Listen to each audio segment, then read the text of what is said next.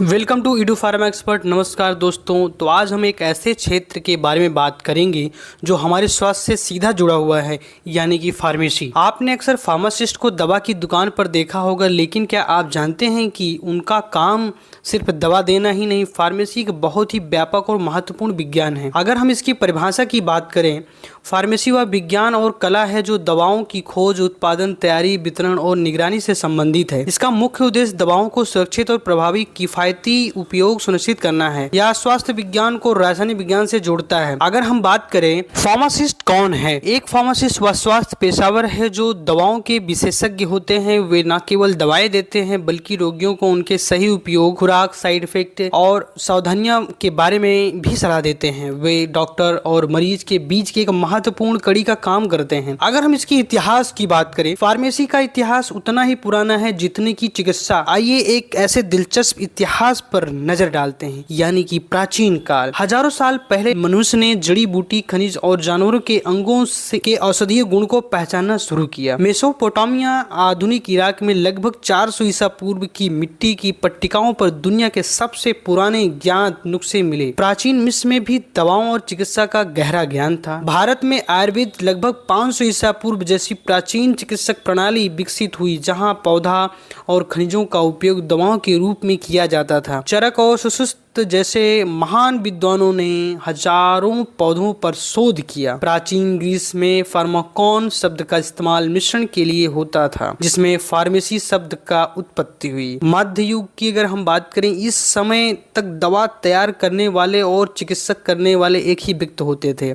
8वीं शताब्दी में बगदाद में पहली स्वतंत्रता फार्मेसी की स्थापना हुई। अरब विद्वानों ने दवा विज्ञान में महत्वपूर्ण योगदान दिया। अगर हम आधुनिक युग की बात करें, 19वीं सदी में फार्मेसी एक अलग और स्वतंत्र विज्ञान के रूप में विकसित हुआ। वैज्ञानिक शोध और औद्योगिक क्रांति ने दवाओं के बड़े पैमाने पर उत्पादन को संभव बनाया। आज फार्मासिस्ट सिर्फ दवाएं नहीं करते बल्कि वे दवाओं के शोध, विकास, क्लिनिकल ट्रायल और गुणवत्ता नियंत्रण में भी शामिल होते हैं। अगर हम फार्मेसी की कार्य क्षेत्र की बात करें, यानी कि स्कोप ऑफ फार्मेसी की बात करें, फार्मेसी का क्षेत्र बहुत ही विकसित और एक फार्मासिस्ट कई अलग अलग जगहों पर काम कर सकता है। जैसे कम्युनिटी फार्मेसी, यही वह जगह है जिसमें आमतौर पर दवाओं की दुकान कहते हैं, जहां फार्मासिस्ट मरीज को दवा देते हैं और उन्हें सही सलाह देते हैं। हॉस्पिटल फार्मेसी, अस्पताल में फार्मासिस्ट डॉक्टर और नर्सों के साथ मिलकर काम करते हैं।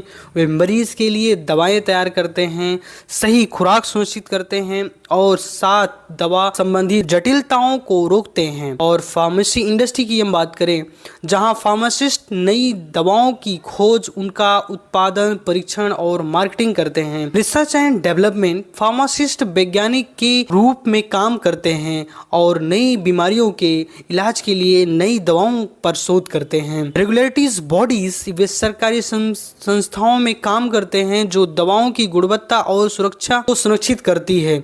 अगर इसका शिक्षा के करियर में हम बात करें, फार्मेसी का क्या रोल है, फार्मासिस्ट बनने के लिए एक विशेष शिक्षा और प्रशिक्षण की आवश्यकता होती है, यानी कि हम कोर्स के बारे में बात करने वाले हैं। भारत में फार्मेसी में मुख्य course D pharm, B pharm, M pharm, master of pharmacy, इसके अलावा डॉक्टर ऑफ फार्मेसी जैसे कोर्स भी उपलब्ध हैं।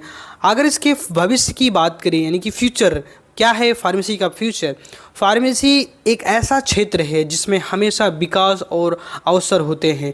वैश्विक स्वास्थ्य चुनौतियों को देखते हुए फार्मासिस्ट की भूमिका और भी महत्वपूर्ण हो गई है। तो अगली बार जब आप किसी फार्मासिस्ट को देखें तो याद रखें कि वे सिर्फ दवा बेचने वाले नहीं हैं, वे एक महत्वपूर्ण स्वास्थ्य पेशेवर हैं जो हमारे समाज के स्वास्थ्य की रक्षा में एक महत्वपूर्ण भूमिका निभाते हैं। फार्मेसी सिर्फ एक पेशा नहीं बल्कि लोगों की सेवा और स्वास्थ्य को बेहतर बनाने का एक माध्यम है। Thanks for watching Edu Pharma expert.